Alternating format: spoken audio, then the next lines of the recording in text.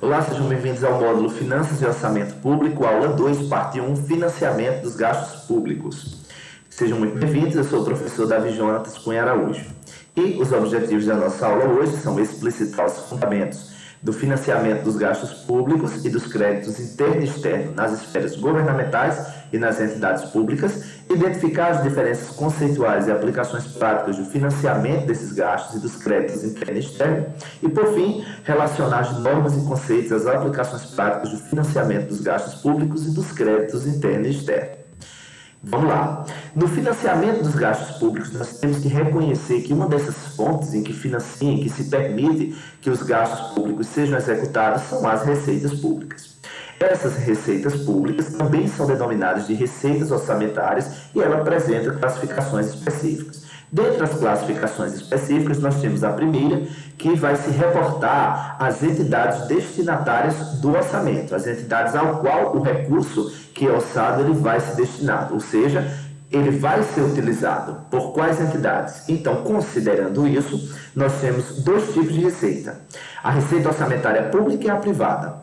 O orçamento que se destina às entidades públicas fará com que elas usufruam, arrecadem, para aplicar esses valores arrecadados, de receita orçamentária pública, são aquelas executadas pelas entidades públicas. No caso da receita orçamentária privada, é aquela movimentada por entidades que não estão vinculadas ao orçamento público, mas que se utilizam de recursos decorrentes desse orçamento, que são as entidades privadas, mas que consta, como está dizendo aqui no nosso quarto tópico, consta na previsão orçamentária aprovada por ato de Conselho Superior. Nesse caso, se aplicam as sociedades de economia mista, as empresas estatais que configuram como sociedades de economia mista. Adiante, nós temos também uma outra classificação dada às receitas públicas, que é quando essas receitas, considerando o fato delas impactarem a situação líquida patrimonial das entidades. Nesse caso, nós temos duas classificações para a receita pública, a receita orçamentária efetiva e a não efetiva. Na receita orçamentária efetiva, nós temos aquelas que no momento do seu reconhecimento, aumenta-se a situação líquida patrimonial, ou seja, as disponibilidades da entidade pública. Nesse caso, nós ainda atribuímos uma outra nomenclatura a esse tipo de receita, que é a receita corrente. No caso da receita orçamentária não efetiva, ela não altera a situação líquida patrimonial no momento em que é reconhecida. E a outra denominação a que se atribui esse tipo de receita é a receita de capital. Adiante, nós aprofundamos os conceitos da receita corrente e da receita de capital, que são, oportunamente, os dois conceitos mais utilizados dentro do âmbito público, dentro do setor público. No caso das receitas correntes, elas são arrecadadas dentro do exercício, já foi falado e voltamos a repetir que elas aumentam as disponibilidades financeiras do Estado, porque apresentam um efeito positivo sobre o patrimônio líquido e ela é um elemento de financiamento direto dos próprios gastos, decorrentes de programas e ações que sejam estabelecidos pela administração pública. No caso das receitas de capitais, nós temos a característica, o que caracteriza essas receitas de capital são o aumento da disponibilidade financeira do Estado, porém é diferente da receita corrente, porque a receita de capital ela não provoca efeito sobre o patrimônio líquido, diferente da receita corrente. Elas aumentam as disponibilidades, porém a receita de capital ela não interfere na situação líquida patrimonial do contexto, observando o patrimônio líquido, a conta patrimônio líquido dentro do balanço patrimonial da entidade pública.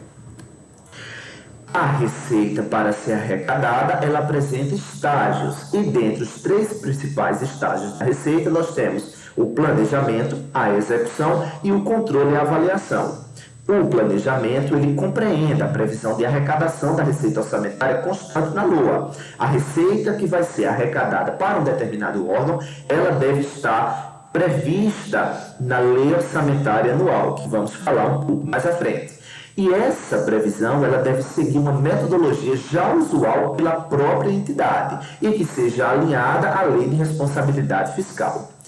Partindo para o segundo estágio, nós temos a etapa da execução. E essa etapa da execução se subdivide em três estágios. no estágio do lançamento, da arrecadação e do recolhimento, conforme a Lei 4.320 explicita.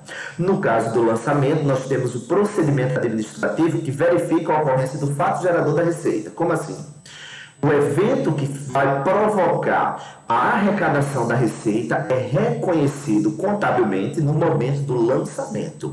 No momento em que é gerada a DARF para pagar o imposto de renda, no momento em que é gerada a guia para pagar o IPVA, tem-se ali os lançamentos, que é o momento em que o Estado reconhece que irá receber aquela receita do contribuinte. Partindo para o subestágio da arrecadação, existe a entrega dos recursos devido ao Tesouro para os agentes arrecadadores. Ou seja, no momento em que o contribuinte paga a guia do IPVA, aquele valor sai da conta do contribuinte e vai para a conta do Estado, a conta temporária.